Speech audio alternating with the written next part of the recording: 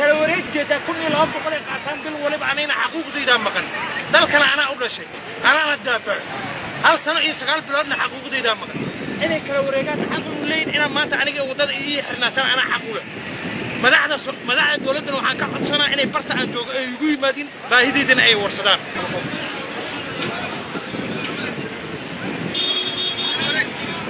halkan waa meel aan ka fogeyn xarunta taalada daljirka Daasoon gaar ahaan wadada ka timaada isgoyska Jubba magaalada Muqdisho waxa xiray ciidamo ka tirsan kuwa militariga Soomaaliya gaar ahaan ciidamo ka tirsan qaybta 7-aad ee ka howlgala gobolada Hiiraan iyo Shabeellada Dhexe ciidanka halkan xiray waxa ay ka cabanayaan sida ay sheegeen mushaar la'aan muddo heysata waxaana ay sheegeen in markaasi ciidankan ay ka cabanayaan mushaar la'aan muddo sanad iyo 9 bilood ah isla markaana aysan qaadan wax lacaga ciidankan ayaa xiray gabi ahaanba wadada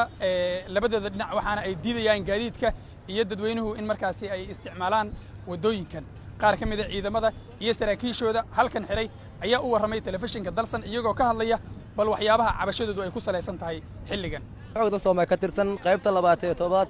muddo sanad iyo 8 bilood ah oo iga maqan difaaca xalanka soo xarooday xuquuqdii maqnaaday xuquuqdii doonayay madaxweynaha iyo ra'iisul wasaaraha dalka ugu sareeyay xuquuqdii aan lahayno dalka aan ku leenahay hana siyaano casuurta shacabka waa laga qaadaa waxa ka soo baxay aga jawhar iyo balcad intuu dhaxayso aan ka socdaa sanad iyo 8 bilood ma jarlaanahay difaacana aan joogay madaxdii iyo xukuuntana warka sugayay anigoo warka sugaa baarlamaanka waxa ka maqlay askartii xuquuqdii wada siinay askari xuquuq la'aan ma jiro anagana kamid ah xuquuq la'aan difaacana joogay madaxweynaha ayaa baarlamaanka ku furay anagaan u kaan hawlan intaan hawlan waayay ciidankan aan arkaysiin waa qaybta 7-aad guutada 22aad waa qaybtii oo dhameystiran waayay waa guuto maahan waa inta xaquuq la'aantaada oo qaybta ka tirsanay waxayna ka yimideen difaaciyada boolay qaar ka yimiday qaar waxay ka yimideen Jowhar iyo Balcad intuu dhaxle mana kala socon waa isku ciidankii waa isku qaybta sanad iyo 9 bilood aan xaquuqdooda ka maqan tahay sida akoon loo sameeyay askari ay akoonkiisa ay lacag ay ku soo dhacday kamid ma akoomankooda ilaa sidii loo furay ilaa haatan wax lacag oo ku soo dhaca ma jiraan ciidankaani waa ciidan 2 sano xuquuq la'aan 19 bilood xuquuq la'aan hatta daily food ay ku noolayeen laga goostay waxaa jiro koox ka xun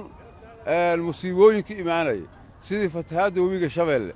ama ay sanadkii hore yimid ama coronavirus ka xuquuqda maamulka ciidanka loo dhiibay waxay qabaan 19 askari waxay ku geeriyoodeen ayagoo geeda calaamaysanayo saas daraadeed in aan shacabka iyo saaxiibada kale oo ciidamada aan la wadaagno ayaan halkaan u imaanay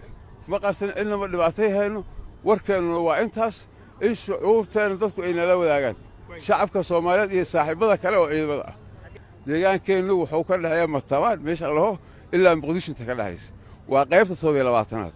waa 4 guuto ka kooban tahay talskeed intaas oo ciidanku ka kooban yahay wali way soo socdaan dawladdu anaga madaxda xukuumadda waa la xiriirnay ilaa 19 bilood wixii laga waayay hadeer ka bacdi kama suugayno ama waa inayna ruqsayso dawladdu ama aan u shaqeyno hadda diyaarna aan shaqeyno madaxda alla kulantan maxay idin sheegeen waa adiga waxba lagu maqan cid kasta inay tiraahdo annaga xataa saxaafadda aan baari karto waxaan ciidan ahayn